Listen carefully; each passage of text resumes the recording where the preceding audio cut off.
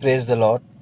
आज मैं परमेश्वर के जीवित कलाम को आप लोग के बीच में बांटना चाहता हूँ। परमेश्वर मेरी सहायता और मदद करे। आइए हम एक छोटी सी प्रार्थना करें। हालेलुया। धन्यवाद धन्यवाद मेरे सर्वशक्तिमान, मेरे जीवते अनुग्रहकारी, मेरे दयालु पिता परमेश्वर।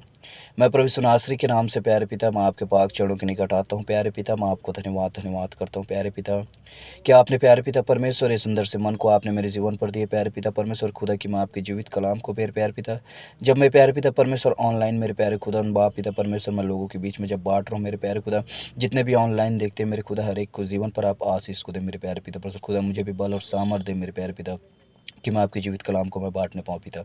हर एक बातों के लिए मैं आपको धन्यवाद करता हूँ पिता, और एक छोटी सी दुआ प्रभु यीशु मसीह के नाम से मांगता हूँ। आमीन आमीन। हालेलुया। हम देखते प्रार्थना के विषय में मेरे प्रियो। शैतान हमारे प्रार्थना जीवन को कमज़ोर करता है और हमारी आत्मिक जीवन को कमज़ोर करता है। उसके बाद वो हमारा तमाशा करता है।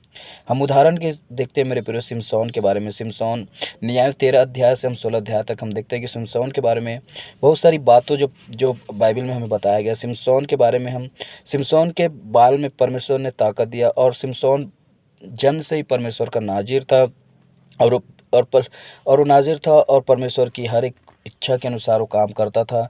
और हम देखते हैं कि एक समय आया मेरे प्रियो, जब सिमसोन के बाल में परमेश्वर ने ताकत दिया था, और परिस्थिति नहीं जानते थे कि उसकी उसकी ताकत उसके जीवन पर कहाँ से थी। लेकिन स्त्री के द्वारा सिमसोन अपनी ताकत के बारे में बताया, और सिमसोन को मदिरा पिलाया, और सिमसोन अपनी ताकत की राज उस स्त्री को बताया। और उसके बाद उस स्त्री ने उसके बाल को काट दी गई, और सिमसोन अपनी ताकत खो दिया, और उसे मालूम हो गया यहोवा यहोवा मुझसे दूर हो गया है। उसके बाद परिस्थिति उसकी आंखें फोड़ दी, और उसके उसके जेल में डाल दिया गया, और उसे जंजीर से बांध दिया गया, और जंजीर से बांध दिए और उसका तमाशा बनाने लगे। उसी तरह आज हमारे जीवन में भी शैतान बहुत तेज़ी से काम कर रहा है।